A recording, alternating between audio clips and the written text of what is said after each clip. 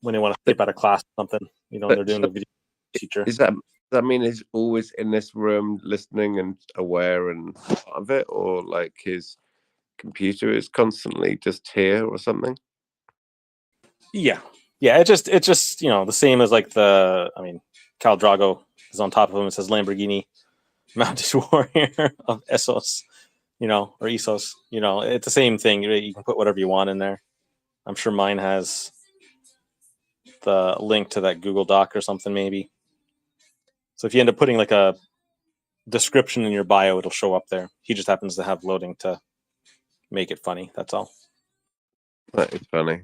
I understand that we owe that man a lot of gratitude by setting up certain interviews and things. So it's good to see that he's just simply across this chat.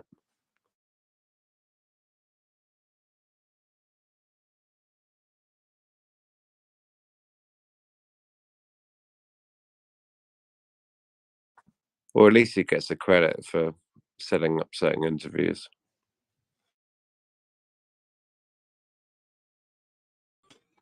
Yeah, someone's got to do it, right? So it's good that we have members like him that are reaching out to other people and, getting stuff done.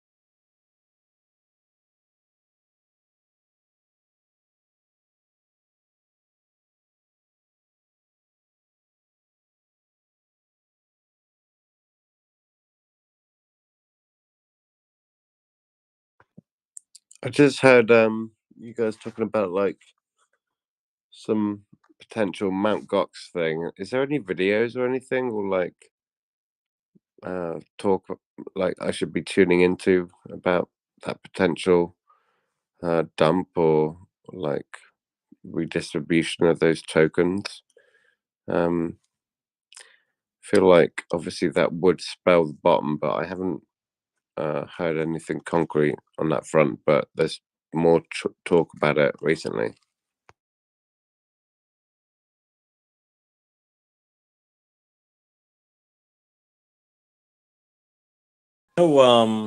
Richard's tweeted about it, right? Which is, among other people, which I think is why it's, in the news more.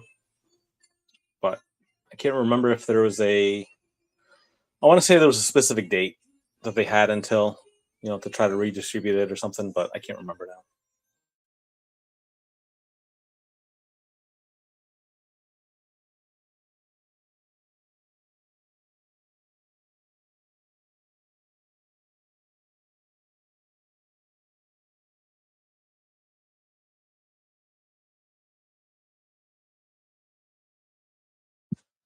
Meanwhile, I've been noticing those T-shares are just paying out handsomely, with like generally 6.2 something recently, like something like that.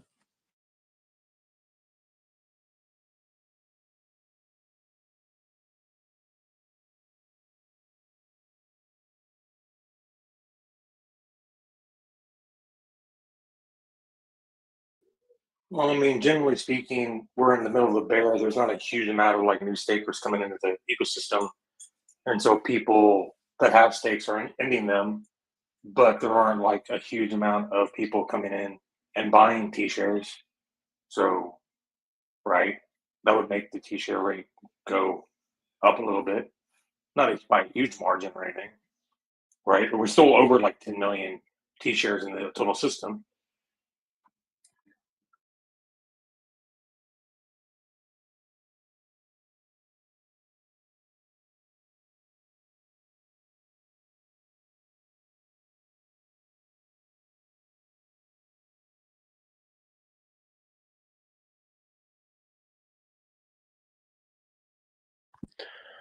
Getting paid every day. Yeah, I mean, I look at my staker app. I have the read only, right, with my wallet, so I can see, and I go, oh, I made some hex today.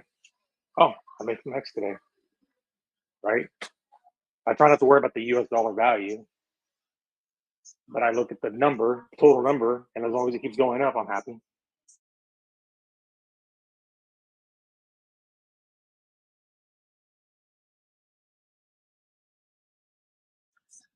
I mean, obviously, it's impossible to not know the value because it's like the value, and then below that is the number. But what I'm saying is I'm trying not to stress about it. But yeah, getting paid about this time every day is nice.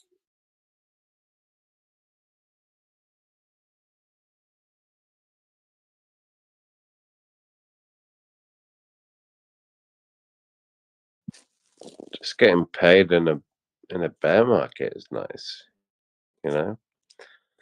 Like if you're staked, you've got a lot of coins coming in, and when it turns back around, you're gonna have a lot more wealth than at this point. Last time you were in a bear market. Oh well, at this point, you know what? Where Well, are we at? yeah, I don't even know where we're at. right. Get like We 3, had the 4 all-time cents. high, Something. right? We had the all-time high. We're down 90%. If you're staked, you continue making more hex, and then we go, above that. Then voila, magic happened. Now you made more money. All you have to do is sit through the bear market, which if you're staked, pretty easy because you can't, like for the most part, accesses that money anyway because it's staked. Hopefully long. Of course. Yep. And if you listen to Richard, and you believe it, which I do, then this period was always going to happen.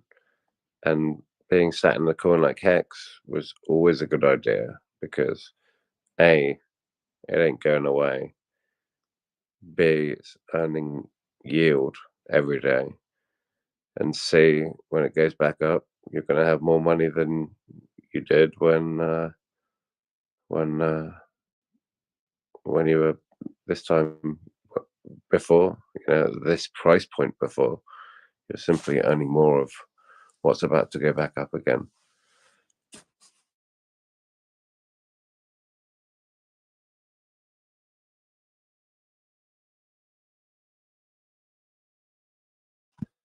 Unlike many other coins.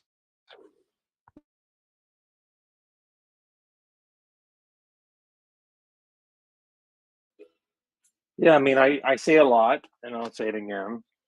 There's a very few amount of coins are going to be a top 10 in this cycle, live through the bear, and then live to go on to the next cycle. Very few of them, right? Luna was like a top 3 coin at one time, and it died, and now it no longer exists, except it's like a fake, you know, thing that just isn't going to exist in the next cycle. And then, like, how many more of those are there? Every cycle, it's the same. You have coins that seem like they're great in the bull market, and when the bear market comes, you realize the tokenomics suck, the security sucks, shit happens, and the shit dies. Right? It's like it's basically yeah, survival of the fittest, right? Is the only way you can really term it, right? Some things survive and some things don't, but it takes time to know for sure. If you've been in the space long enough, then you can like look at the indicators that determine whether or not the thing that you like have the characteristics of something that will survive, right? So you have a higher probability.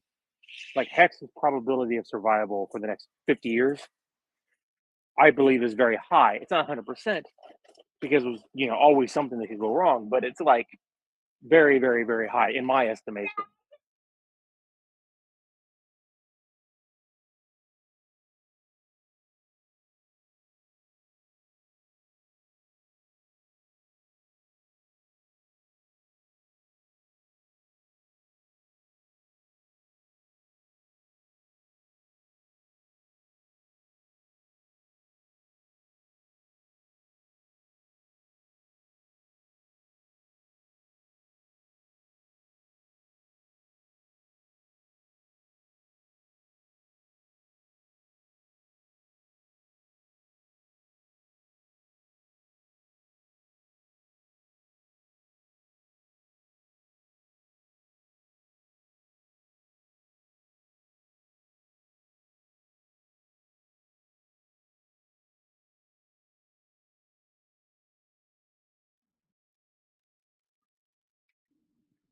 So I was talking, I got interrupted by my son.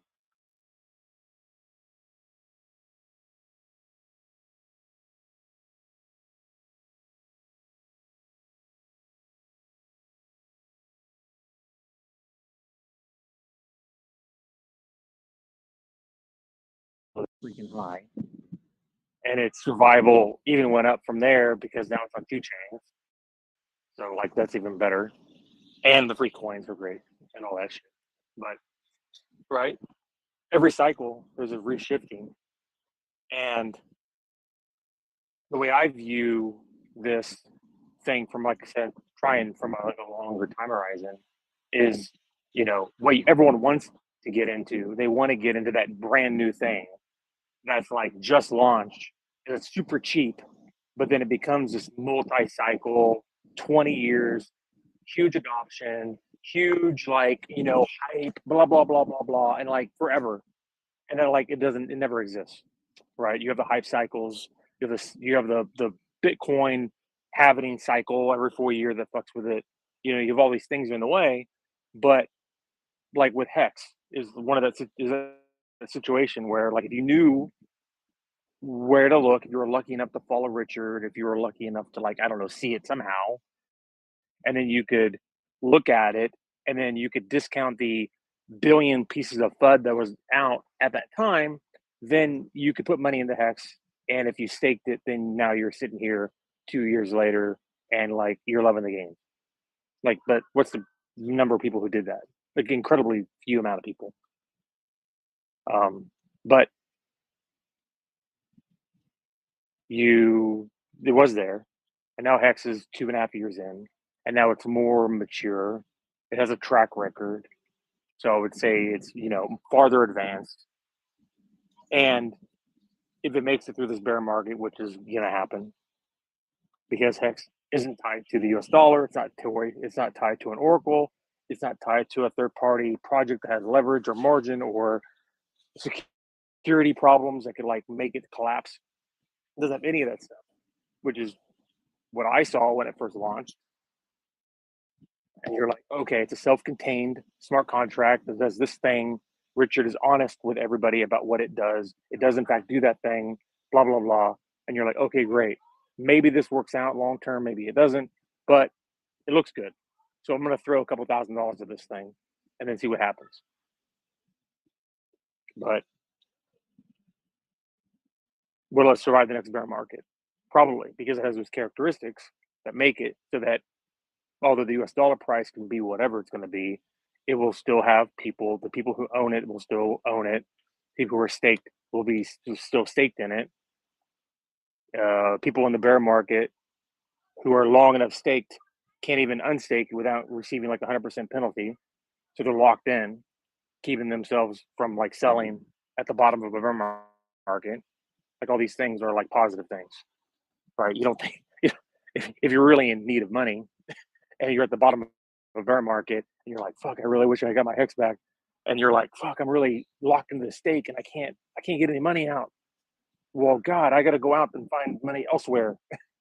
And and then you come out of the bear market, you come into the bull, and then your stake is still there, and then it matures more, and then maybe it matures all the way, and you're like, good.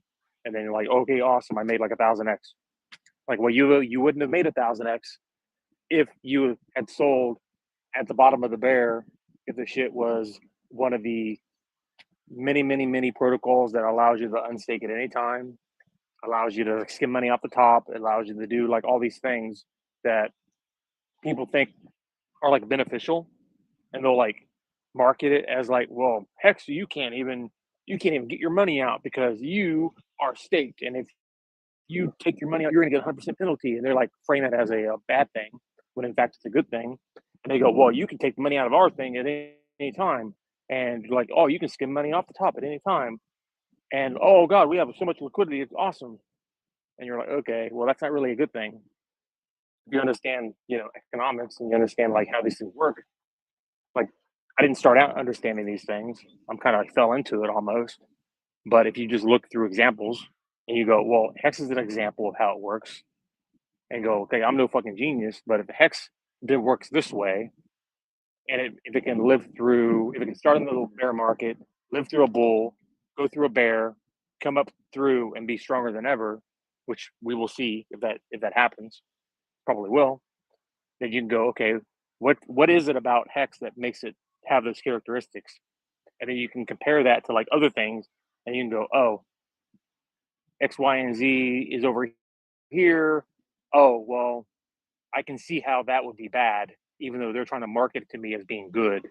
So maybe I don't want to put my money over there. But then there could be like other things that are going, oh, awesome, I can see what they're doing. It's different, but I can see that it's formed, it's structured in a way that's new, that could be beneficial. So how many of those projects are there? A couple? Right. 1%, Yeah, so like 1/10 of 1% of all projects are in that category. Yeah, when Hex survives this bear market, which it will, it's going to be stronger than ever. Yeah, because it has a track record, and it's lived through a bear, and it didn't die like Luna, it didn't die like Celsius, it didn't die like all the other centralized finance bullshit that has been marketed as DeFi, in air quotes, right? Like, how many projects are actually a company pretending to be DeFi? Like, you can't. I mean, you don't have enough hands. You don't have fingers in your hands to count the number of fake DeFi projects that are out there that, like, they might be really small, so barely anybody knows about them. But they're like, oh, we can do it this way. Like, we're going to clone Celsius, and we're just going to do it Celsius's way. And then Celsius goes under, and then all these other clones go under. Or a lot of yield farms they have something like, say, PancakeSwap comes out, and PancakeSwap's awesome. And this happened on Matic, right? People clone PancakeSwap, How are you? make a new thing, right? Not to name names, and then you're like, okay, and then they change things up, and then it's like just a rug pull central. Like, things go down, they hype it up, they rug pull everybody, they move to the next thing, and it's over and over and over again. Like, was there any real innovation? Right? I think Linda's trying to talk. Dude, your mic is wrecked. Yeah, Linda is reverbing on to me, and I'm like speaking to myself.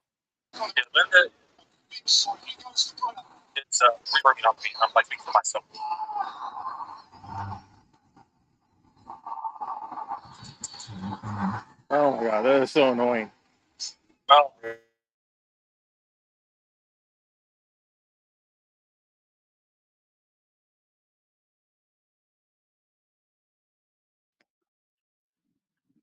Yeah, I was posting like earlier. I mean, I've been chatting in text. I haven't been in voice chat the last couple of days, but it's the fact that on Pulsechain there will be like thousands of projects that are like just clones of other projects, and maybe they're done in a good way, but mostly they're going to be done in ways that are just going to steal everybody's money. And I can't be any more clear about that. That if it seems too good to be true, and it's from an anonymous team, it probably is. Linda, I don't know what you're doing, but your mic is open. I think Linda is just here to piss me off with like the reverb thing. I don't know what's going on with that. Right, is it an instant mute, is it? Well, I'm not an admin, so I can't mute. But you can mute individually. Oh yeah. I don't do that so I can hear what's going on in the chat, but it would be super nice. Let me go to the admin chat and see if I can get somebody to get rid of Linda. I just muted personally, it's much quieter now.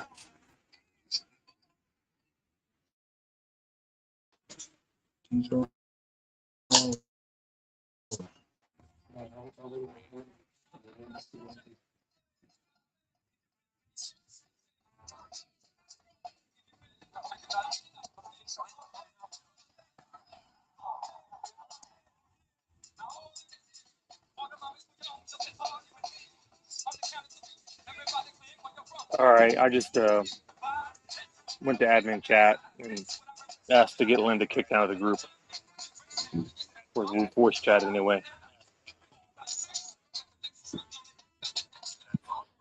Yeah, I kind of feel like Hex is holding up pretty well, you know. At certain prices, it's too tempting not to buy. So I guess there's other people like me that are just like, this is too good a price. And I'm just really interested in the conversation about whether we think Richard is gonna talk about Pulse coming out before it comes out, or whether he's going to be good to his word, like which he said back in after May. You know, that whole May thing where he's like, you know, it's coming out in 2 weeks or 4 weeks, whatever it was, and then it didn't because of dev stuff and complications, and him saying, I'm never going to tell anybody when it's coming out in advance. I'll be really interested to see what the truth is there. No, I mean, I honestly think that we are literally going to get, there's no update, and then he's going to one day say, it's going to be live in a few days, or he's going to say, hey, guys, here's the RPC settings, it's live already. Like, that's what I expect. I don't expect to get any information. What do you think is the most likely out of those two scenarios? Honestly, I think if we don't get a new testnet, like it's possible we get a new testnet. I haven't heard anything about that. It could not happen, but it's like technically possible. So that we get like a version 3 testnet. Linda is back again. It's so fucking annoying. Linda. Linda's back again. So fucking annoying. Linda. I've muted Linda, and it's not annoying anymore. So you can just click next to their name and just silence them. There, okay, I got rid of her on mute for me, I guess. I never had to do that before. Usually there's an admin here. But like I was saying, V3, unless V3 happens, like it could happen before, it could happen after, I don't know. But he's saying, unless there's a V3 that comes out before mainnet, hypothetically speaking, then like that could happen. That'd be like a good indication that we're like close. Or that could not happen at all. And he literally could say, hey, mainnet is like, here's the RPC settings for mainnet. And then like the dev said earlier, like 4 months ago or something, V3 comes out like after mainnet. Like, I don't know what they're going to do, but they've made so many fundamental changes to the validation code and the slashing code, moving the system contract code, the business logic for that into the client, right? Translating that into Go. So, you know, I don't know. I'm waiting like everybody else. I have zero insight into what's going on because the devs don't say anything. All information comes from Richard. and he's not saying anything. So we're like, we're all in the same boat. Just waiting.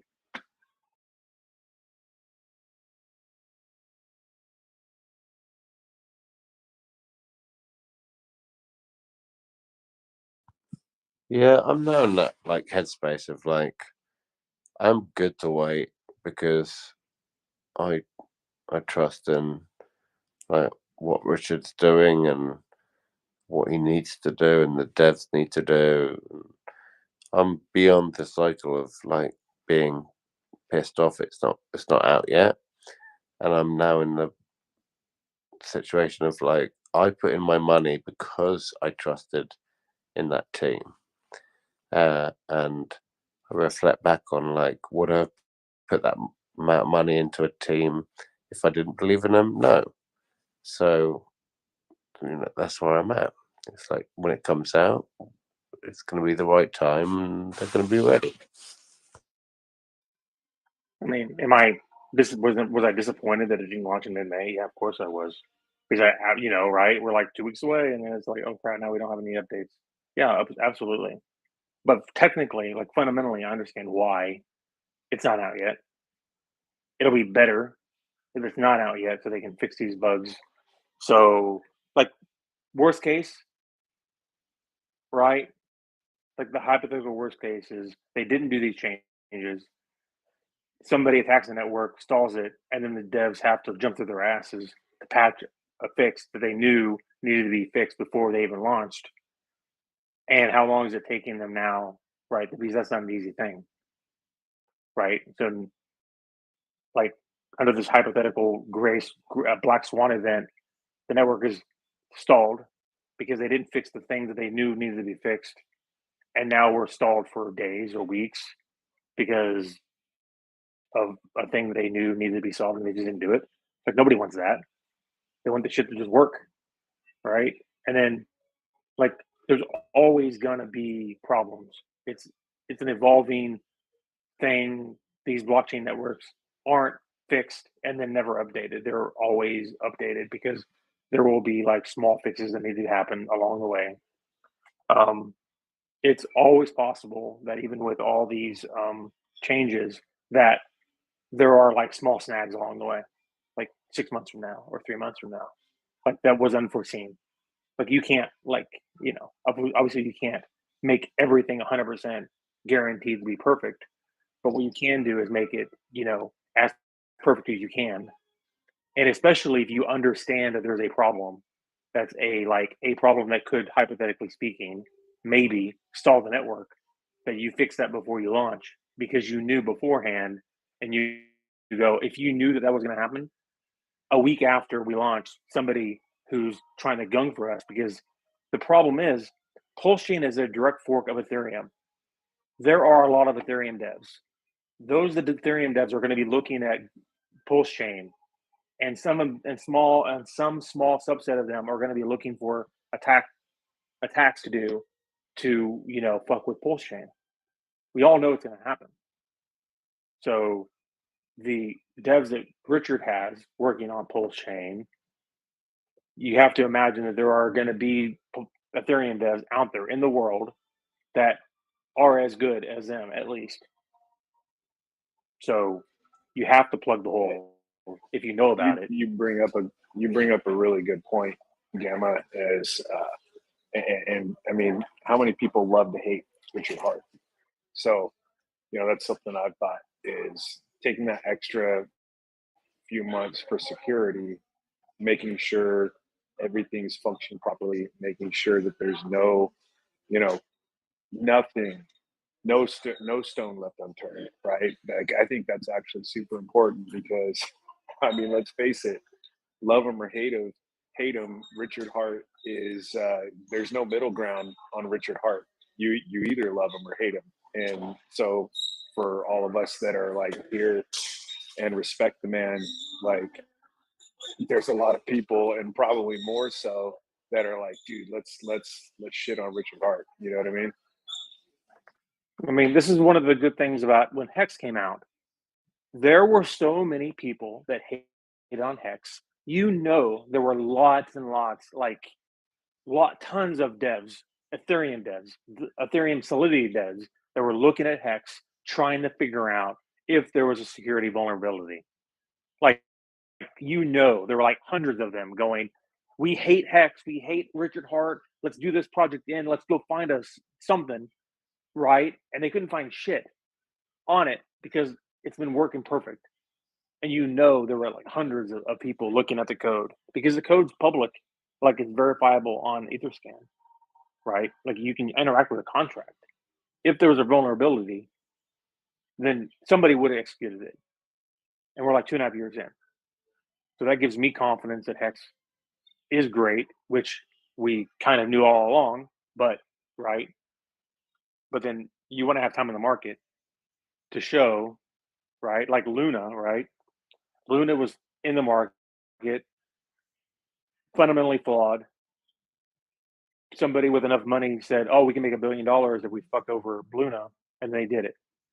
Yeah, if somebody could have done that to Hex, they would have already done it. With Pulsechain, it's harder because there's a lot of attack service elements that are like basically taken away. There's no inflation. Like, so how are you going to have an inflation bug if there's no inflation? Like, there's no function to have inflation with Pulsechain after it launches.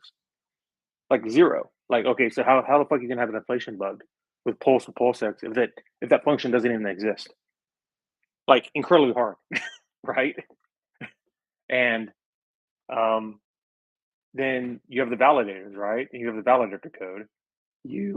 They made it so that the system transactions, so like validator slashing, like that information, there's no cost to that in the blockchain, so there's no fee. So like the system itself isn't charging itself a fee.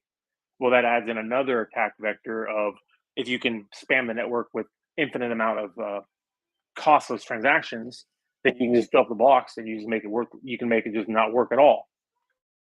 Like, yeah, you could totally do that. So if you make it so that you can't do that, then great, right? So if you like talking about slashing and then the validator rotation and all that stuff, like that stuff would be inside of the EVM, would be information that's contained in blocks inside of the EVM that's no longer going to be there. So that those feeless transactions are going to be put on the hardware in RAM, like, right, and not in the blockchain, filling up blocks. So the additional space that can be used for transactions and that effect vector. Like, I'm just talking about like what I believe is happening based on like, I don't know, the little bit of information I have, but it's like, so it's a broad overview of basically what's happening. It may not be exactly what's happening. It's the best I can piece together with the very little bit of information we have.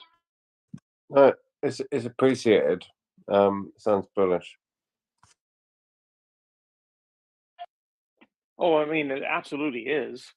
And so it's like there could be problems with the network, but these are big problems that are going to be fixed. So hopefully there's very small problems. And then we're like just awesome.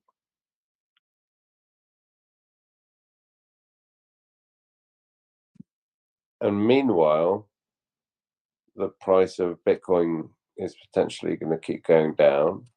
And meanwhile, potentially we're going to launch at the bottom of the bear.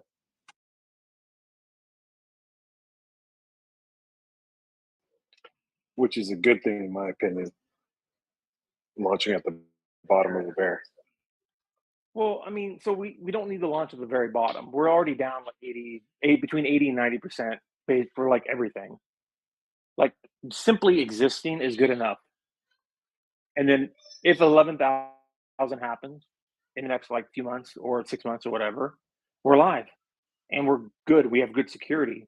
We just ride through whatever dip in the market makes it so that like the 11,000 Bitcoin bottom happens, per Richard, and his, TA, whatever. But right, for me, it's like us being live and us being secure and us being functional is more important than timing the bottom exactly, because once that bottom is hit, we're live and we just go up from there, right? Because hitting the bottom of the market is a one-time event. And then it's going to be a year of us just functioning of us getting marketing out, getting outreach, saying, "Hey, we exist. There's a bunch of free money on here." Like everybody looks at our network and starts to attack it, and they go, "Okay, well, fuck." This they already patched some of the stuff we looked at, and then they like, okay, there's some small problems. Okay, great. They patch small problems as we see them, and then we just continue functioning. Like the next 3 or 4 years is going to be fantastic because we like, from my perspective, us being secure and us launching like as I don't know in the bear market like right now or the next 6 months means like in 3 to 4 months from now we have a huge bull run into the next right. We have the next bull run. We exist and we just function and we just like continue to gain adoption. And Pulse and PulseX are like the golden children of the next bull run, or one of them, right? Because there's always other things that do well. I don't know what those are. I believe that Pulse and PulseX are going to do fantastic, and they're what I'm already, going to be getting for free, right, when we launch. And there's always going to be other things that are going to do well, but I don't have a crystal ball. Otherwise, I'd be a quadrillionaire, and I'm not by any means a quadrillionaire. But I have this opportunity to get in on things that Richard Hart has created, and I knew about it, and I was able to sacrifice for it. Blah blah blah. So for me, this is my horse that I ride into the next bull market, and other people have other horses.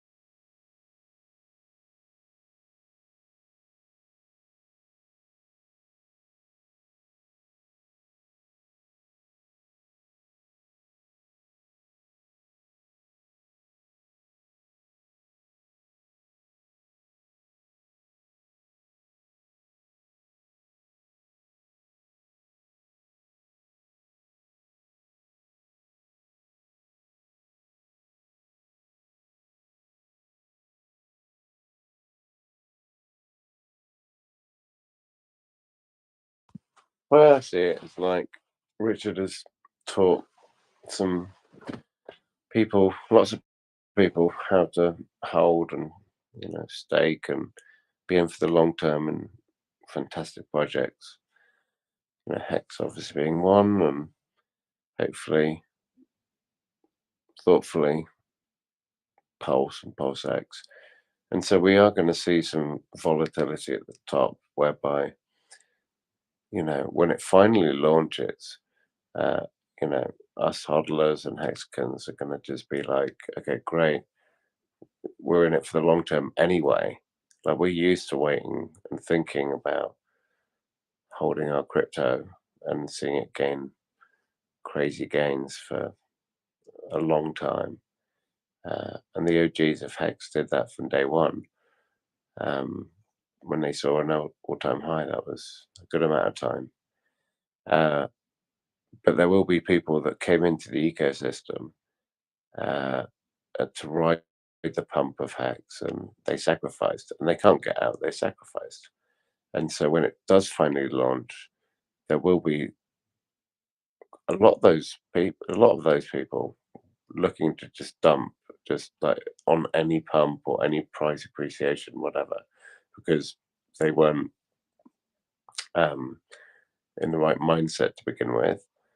But soon after, once they're out, I'm seeing crazy gains for a very successful layer one blockchain, and those people that hold those values in the best possible way that did actually sacrifice. Yeah, unfortunately, there's going to be a lot of people that are going to sell at launch. How many of those? Those are smaller backholders, so who knows what kind of volume that is. And then there's the people who are going to trade their Pulse or PulseX for the shiny object that's out there that launches on Pulsechain, that's promised them the world. They're going to get a billion X return on their money, and then they're going to like get rug pulled or whatever. So it's going to happen.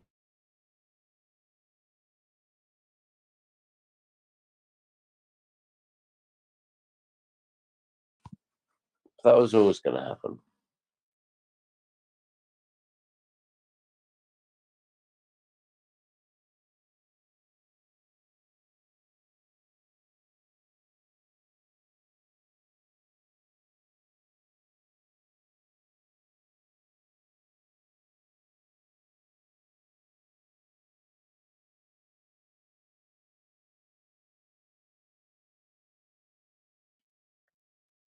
So fundamentally, like I'm not like a Richard Hart maximalist. I just think that he makes like the best shit, right? If there was other projects that were I thought were better, then I would be over there. But there isn't stuff. There isn't anything out there. I'm like very aware of what's happened in the system, in crypto, like in general. I just throw out most of it. I think most of it is trash. So I mean, there's that. I mean, I don't mind buying stuff that's awesome. I just there's not that much awesome stuff that exists.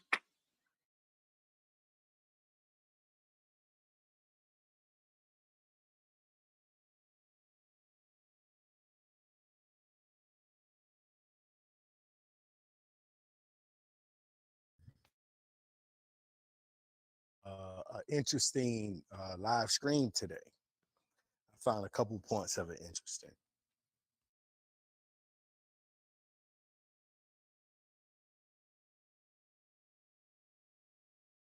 Care to share?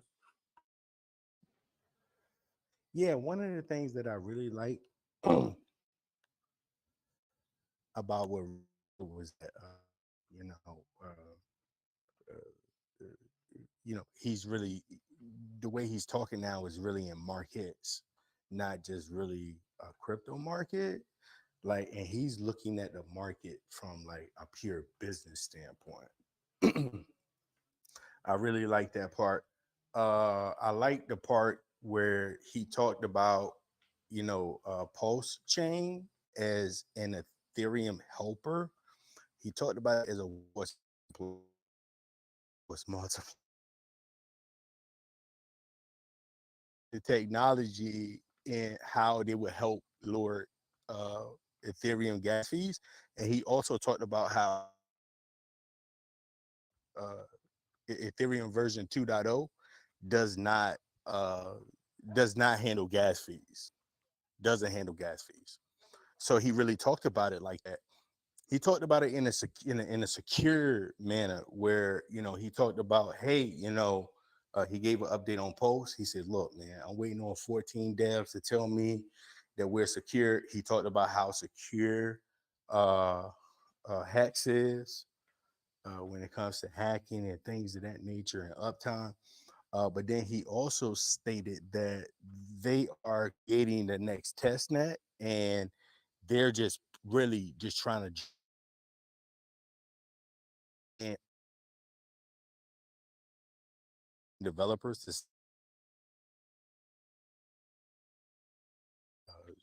tokens stolen, hacks denial of service attacks.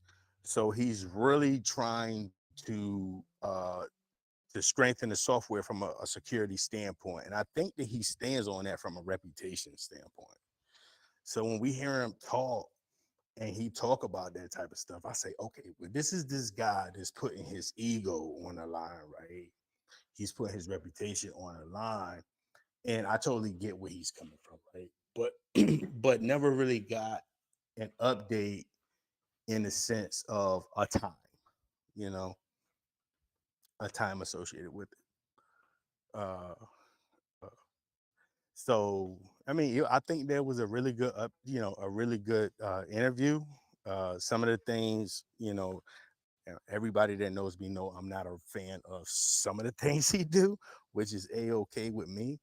But and then the tweet that he sent out today about anybody that got a record, meaning a video, a video, some form of a timestamp of a tweet of him calling out certain things, such as like financial devastation with crypto, bankruptcies associated with other products in crypto, uh, rug pulls associated with certain products in crypto, anything of that nature, because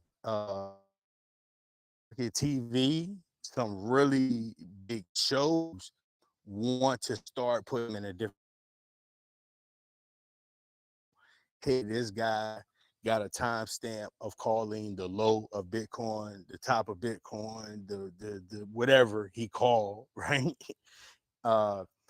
You all have known him a lot longer than me, so he had a tweet saying send that stuff to him. So that's what I got for right now. Unless anybody got any questions. Oh, that's cool, man. I didn't realize he was streaming today. Who did he stream with? Say that again. I couldn't understand. Who did he stream with? I don't know the name of the streamer. I can definitely post it in the main chat. I don't know the name of the streamer. Miss Teen Crypto. Exactly, that's who it was. It sounds like it was good. I think that she, really exposed him for a smart man. It's easier to look past some Richard Hart tendencies. I'm not a big bragger in money. That's just me. But she portrayed him as a smart man that happens to enjoy nice things, and that's different than a boasting man, which is different.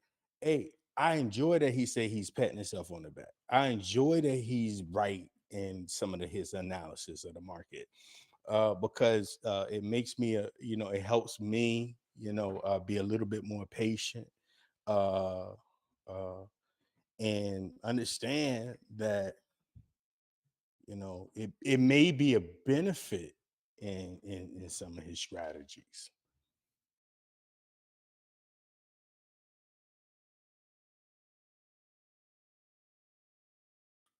Yeah, but something that was probably just as important is he had no problem shaming himself, which humbling himself, so he goes both ways. He's not just one side.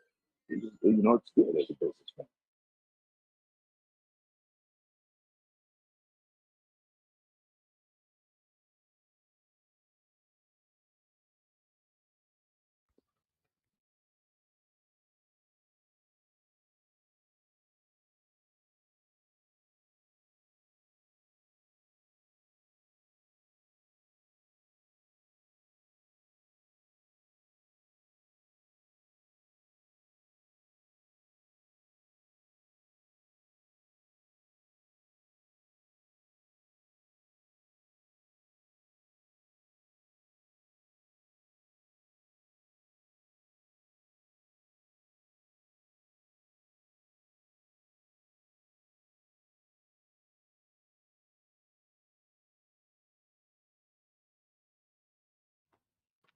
Yeah, he also talked about NFTs as well. You know, he stated a couple things that I found interesting about NFT, but it kind of helped me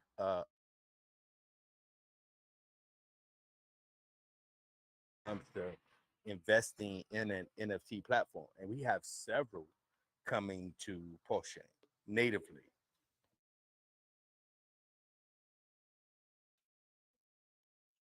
Okay, Richard doesn't like NFTs at all. He's very open about that. So if he said anything that makes you like want to buy NFTs, I'm confused. Right. So he did state that he's never bought an NFT, and I don't know if if he believes in buying an NFT, but he did, say, hey, you should probably understand this before, investing or dealing with an NFT, whether you're like participating in an His auction and you're buying it. Joseph, his position is buying NFTs are stupid. If you sell NFTs, good on you. And he says that like a dozen times. That's his literal position on NFTs. Right, right. And I'm not even challenging that, but he did give wisdom on NFTs.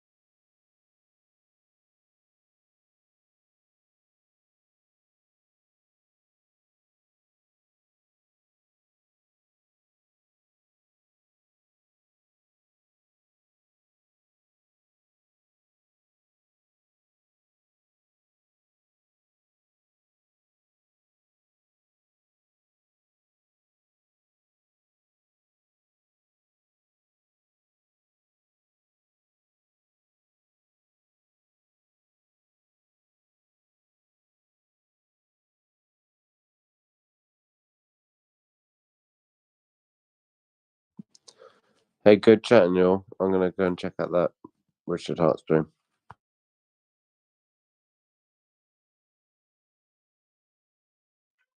Yeah, it was like an hour and a half long. He mostly talked about fashion.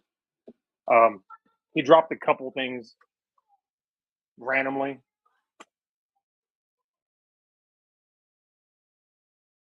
Guess I'm gonna get some bad fashion knowledge. I mean, if you ever want to watch a YouTube stream about stuff that you probably don't want to ever buy ever, then watch that stream.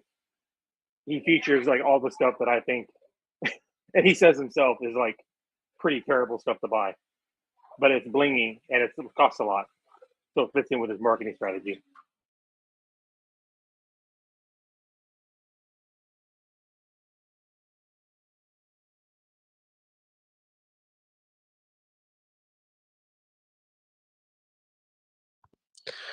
You've almost talked me out of it.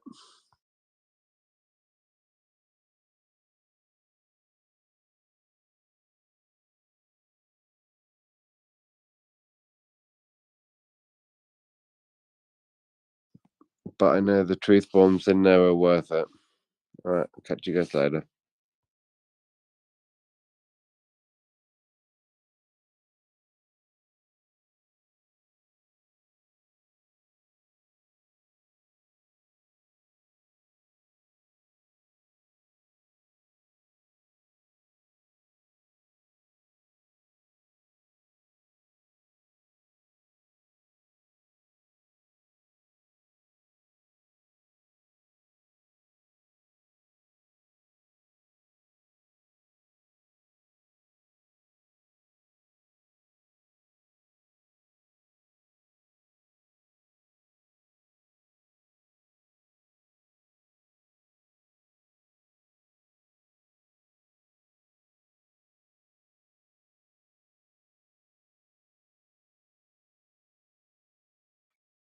Yeah, I watch all of his streams so that I can say that I've watched all of his streams for the last 4 years.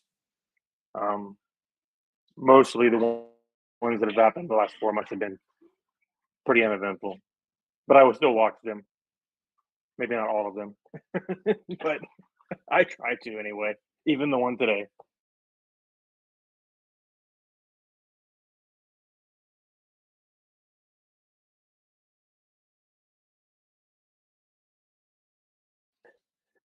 I I found I found more enjoyment watching his 8 hour streams of like him talking, just talking, like stream of consciousness talking.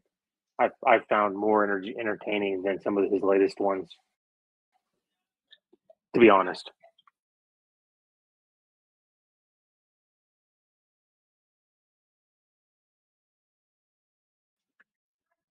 But then I'm also not his demographic for those streams, so I get it.